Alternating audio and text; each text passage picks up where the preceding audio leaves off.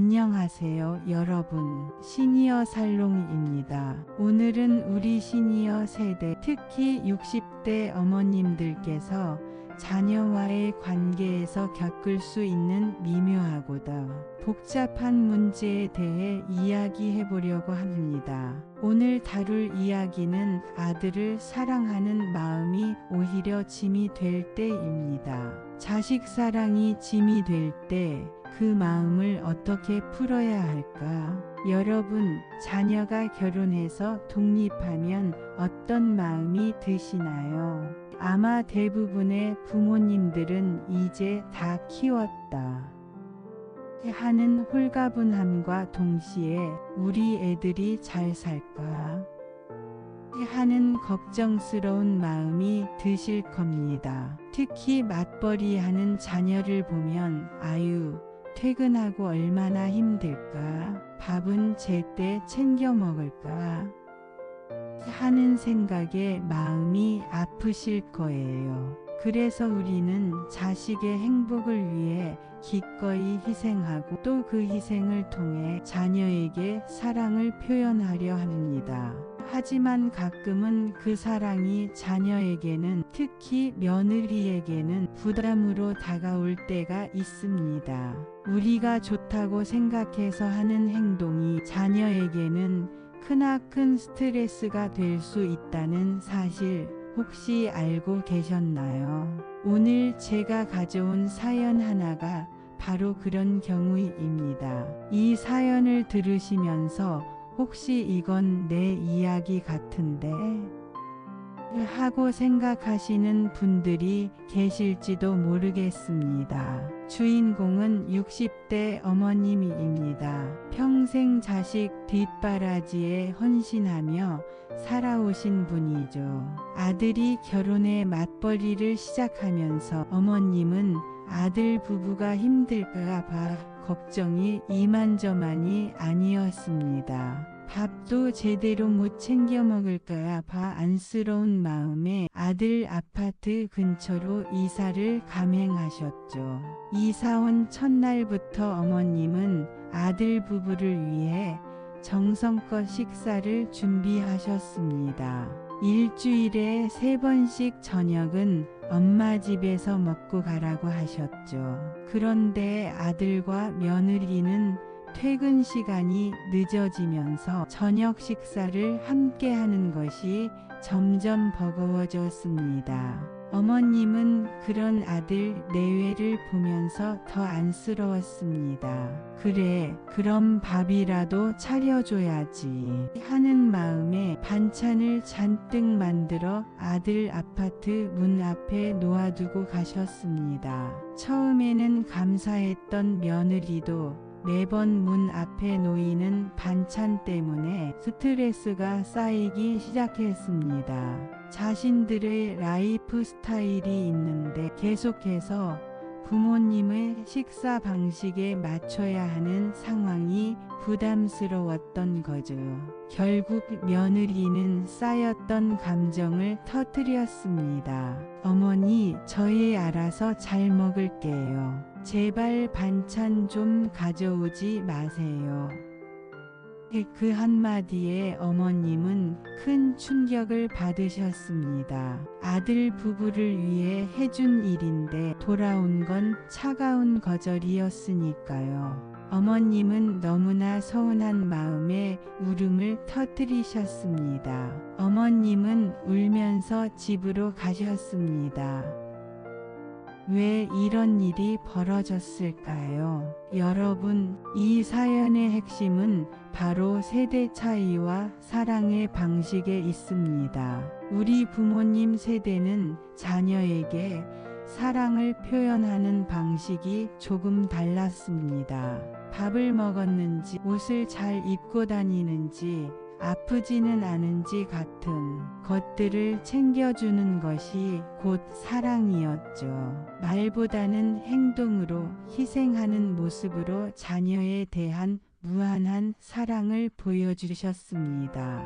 우리에게 밥은 단순한 끼니가 아니었죠. 밥에는 사랑한다, 걱정된다, 힘내라는 무언의 메시지가 담겨 있었습니다. 하지만 지금의 젊은 세대는 다릅니다. 이들은 개인의 공간과 사생활을 굉장히 중요하게 생각합니다. 자신들의 삶의 방식과 가치관을 존중받고 싶어 합니다. 밥을 꼭 집에서 해먹지 않아도 배달 음식을 시켜 먹거나 외식을 하는 것이 자연스러운 일상입니다. 며느리의 입장에서 볼까요? 며느리는 시어머니가 반찬을 가져다 주는 것 자체가 싫었던 것이 아닐 겁니다.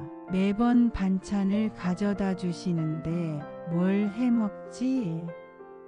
하는 고민 어머니가 힘들게 해다 주셨는데 남기면 안 될 텐데 하는 부담감, 그리고 자신들의 주방이 마치 시어머니의 손길에 의해 좌지우지되는 듯한 느낌을 받았을지도 모릅니다.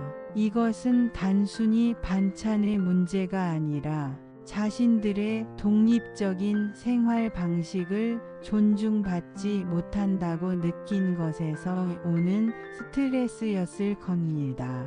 여러분 기억하세요. 우리 자녀들에게는 우리가 주는 것보다 우리가 존중해 주는 것이 더 중요합니다. 자녀에게 밥과 반찬을 해주는 사랑도 중요하지만 그들의 삶의 방식을 이해하고 존중해 주는 사랑이 훨씬 더 큰 의미를 가집니다.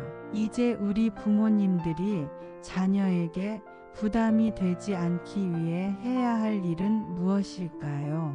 어떻게 해야 할까요? 자녀를 사랑하는 마음을 표현하면서도 그들에게 부담을 주지 않을 수 있는 방법은 없을까요? 몇 가지 지혜로운 조언을 드리겠습니다. 1. 기대를 내려놓는 연습을 하세요. 우리가 자녀에게 뭔가를 해주고 나면 마음속으로 기대라는 감정이 생겨납니다. 내가 이렇게 해줬는데 고마워해야지, 이 정도는 당연히 해주겠지 하는 마음이죠. 하지만 기대가 크면 실망도 큽니다. 자녀가 우리의 기대를 충족시키지 못하면 우리는 서운하고 상처받습니다. 이런 기대의 고리를 끊어내야 합니다. 자녀에게 무엇인가를 베풀 때 내가 좋아서 하는 일이다라고 스스로에게 말해주세요. 내가 기뻐서 하는 일이라면 그에 대한 보답이나 감사를 기대하지 않아도 됩니다.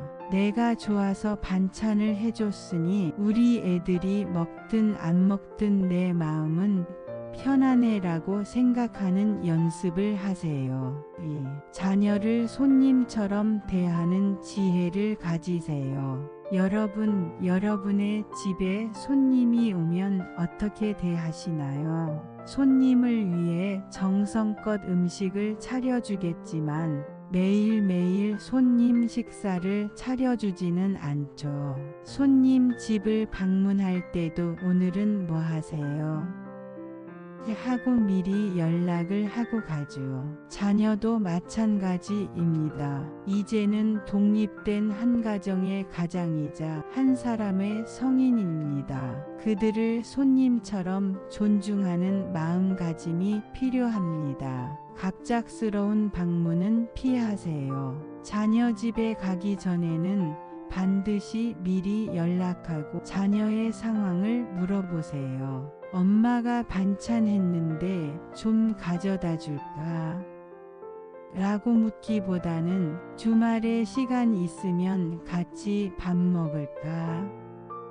라고 제안해 보세요. 그것도 한 달에 한 번 정도만요. 물건을 가져다 줄 때는 꼭 물어보세요. 오늘 반찬 많이 했는데 먹고 싶은 반찬 있으면 말해, 가져다 줄게라고 먼저 물어보는 것이 좋습니다. 자녀가 어머니 저희 괜찮아요 라고 말한다면 그 말을 존중해 주는 것이 필요합니다. 3. 가족의 규칙을 인정하고 존중하세요. 모든 가족은 자신들만의 규칙과 생활 방식이 있습니다. 우리 부모님 세대는 당연하게 생각했던 가족의 범위가 지금의 젊은 세대에게는 다르게 인식될 수 있습니다. 함께하는 식사 횟수를 정해보세요. 일주일에 한 번은 같이 식사하자고 약속을 정하는 것도 좋은 방법입니다. 매번 불쑥 찾아가는 것보다 정해진 날에 만나는 것이 서로에게 부담이 적습니다. 자녀의 사생활을 존중하세요. 집안의 마음대로 드나들거나 자녀의 물건을 함부로 정리해 주는 행동은 자녀의 독립적인 공간을 침범하는 것으로 느껴질 수 있습니다. 진정한 사랑은 내려놓음에서 시작됩니다. 여러분, 오늘 이야기는 어떠셨나요? 우리는 평생 자녀를 사랑해왔고 앞으로도 사랑할 것입니다. 하지만 그 사랑의 방식이 시대에 따라 변해야 한다는 것을 기억해야 합니다. 부모의 사랑이 짐이 되는 순간 우리는 스스로에게 물어봐야 합니다. 내가 이 행동을 하는 이유가 정말 자식을 위해서인가? 아니면 내가 부모로서의 역할에 만족하기 위해서인가? 라고 말이죠. 진정한 사랑은 내려놓음에서 시작됩니다. 자녀의 삶을 존중하고 그들의 선택을 믿고 그들이 스스로 설 수 있도록 지켜봐 주는 것. 그것이 지금 이 시대의 부모가 가져야 할 가장 큰 지혜가 아닐까 싶습니다. 여러분, 자녀가 독립해서 잘 사는 모습이야말로 부모에게 가장 큰 기쁨입니다. 오늘부터는 자녀에게 사랑해라는 말과 함께 너의 삶을 응원한다는 메시지를 전해보시는 건 어떨까요? 오늘 영상이 시니어 여러분의 자녀 관계에 조금이나마 도움이 되었기를 바랍니다.